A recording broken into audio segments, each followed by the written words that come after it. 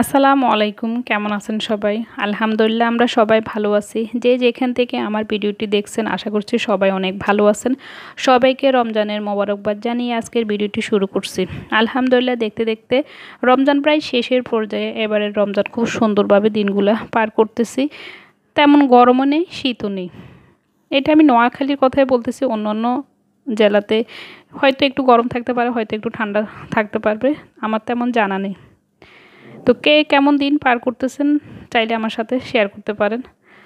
তো আমি এখানে কিছু গাজর কেটে নিয়েছি। গাজরগুলো হালকা গরম পানিতে 1 মিনিট জাল করে নিয়েছি। যদি কোনো পোকামাকড় কিছু থাকে তাহলে চলে যাবে। এইটা প্রায় 6 থেকে 7 মাসের জন্য আমি ফ্রিজে সংরক্ষণ করে রাখবো। তো ফ্রিজের একদম ঠান্ডা পানি এখানে দিয়ে দিচ্ছি। ঠান্ডা পানিটা দিলে ভিতরে যে কুক হয়েছে ওই গরম তাপটা চলে যাবে। এরপরে আমি এখানে একটা পলিথিনে করে আর একটা বক্সে করে আমি এটা ডিপ ফ্রিজে রেখে দিব। বক্সের উপর কিছু টিস্যু পেপার দিয়ে দিব যেন ভিতরে বাতাসটা প্রবেশ না করতে পারে। তো এই তো এগুলো আমি এখন ডিপ ফ্রিজে রেখে দিচ্ছি প্রায় 6 থেকে 7 মাসের জন্য।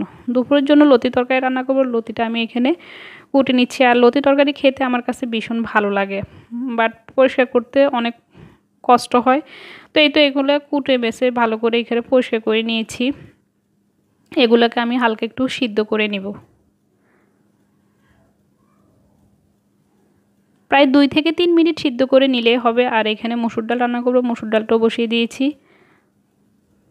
তো অনেকের প্রশ্ন থাকতে পারে যে লতি তরকারিটা এমনি নরম, আরও এটা সিদ্ধ করলে তো আরও নরম হয়ে যাবে। না, লতি তরকারিটা এভাবে আমি অনেকবার রান্না করছি, বাট আমার কাছে এই লতি তরকারি এভাবে খেতে ভীষণ ভালো লেগেছে।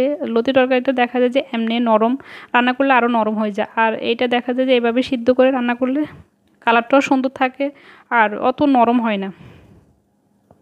তো আমি এখানে মশলাটা কষিয়ে নিচ্ছি ভালো করে। যেহেতু এটা কচুর লতি, এইখানে আদা রসুন পেস্টটা একটু বেশি দিতে হবে। আর এই লতি তরকারিটা চিংড়ি মাছ ও ইলিশ মাছের সাথে রান্না করলে ভীষণ ভালো লাগে আমার কাছে। তো এই তো মাছটায় আমি এখানে পরিমতো পানি দিয়ে দিয়েছি। পানিটা দিয়ে কিছুক্ষণ এটা কষিয়ে নিব। এই তো মশলাটা কষানো হয়ে গিয়েছে। তখন তেলটা উপরে এভাবে বেশি উঠবে, তখন আমি এখানে লতিটা দিয়ে দিব। তো লতিটা দিয়ে দিচ্ছি। যেহেতু এটা সিদ্ধ করা লতি, এটা তেমন রান্না করতে হবে না। তো আমি মশলাটাকে সাথে একটু কষিয়ে নেব। তো এই তো ঢাকনা দিয়ে ঢেকে কিছুক্ষণ আবারও এটা কষিয়ে নিচ্ছি।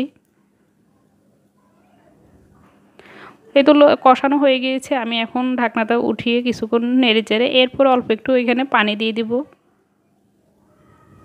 আর পানি এখন লাগবে না, লতিটা সিদ্ধ হয়ে গিয়েছে।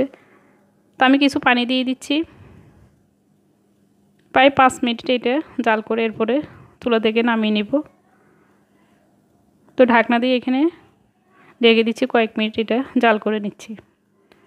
এই তো ঢাকনাটা উঠিয়ে দেখতেছি লতি তরকারিটা মাশাআল্লাহ কালারটা খুব সুন্দর হয়েছে আর লতিটা হয়ে গিয়েছে। আমি চুলা থেকে এখন নামিয়ে নিব। এভাবে যারা ট্রাই করেন না একবার হলে ট্রাই করে দেখবেন। এভাবে লতি তরকারিটা খেতে ভীষণ ভালো লাগে।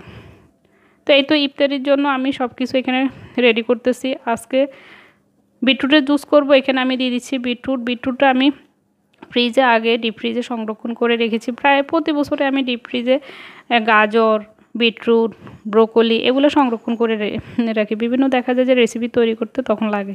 তো আমি এখানে প্রায় 2 গ্লাসের মতন শরবত করব। আমি এখানে পরিমতো দিয়ে দিয়েছি বিটরুট, একটা কলা আর দিয়ে দেবো এখন পরিমতো চিনি। আর দিয়ে দেবো এখানে পানি, দিয়ে দিব কিছু বরফ কুচি। তো পানি আর একটু দিব। তো সব কিছু দিয়ে এখন আমি ব্লেন্ডারে ব্লেন্ড করে নিয়েছি। এই যে মাশাআল্লাহ কালারটা খুব সুন্দর আসছে। আর বিটরুটটা খেলে দেখা যায় শরীরের জন্য অনেক উপকারী একটি ফল। তো এইটা আমার এখানে বিটরুটের শরবতটা হয়ে গিয়েছে। আপনাদের ভাইয়াও চলে আসছে। আপনাদের ভাইয়া তরমুজ একটা নিয়ে আসছে আর তরমুজটা কেটে নিচ্ছে। মাশাআল্লাহ কালারটাও সুন্দর আসছে। এই তো সবাই মিলে ইফতার করে নিয়েছি। ইফতার করে এখানে কিছু লাইটিং নিয়ে আসছে আপনাদের ভাইয়া। লাইটগুলো আমি এখন ঘরে সুন্দর করে এটা ডেকোরেশন করব।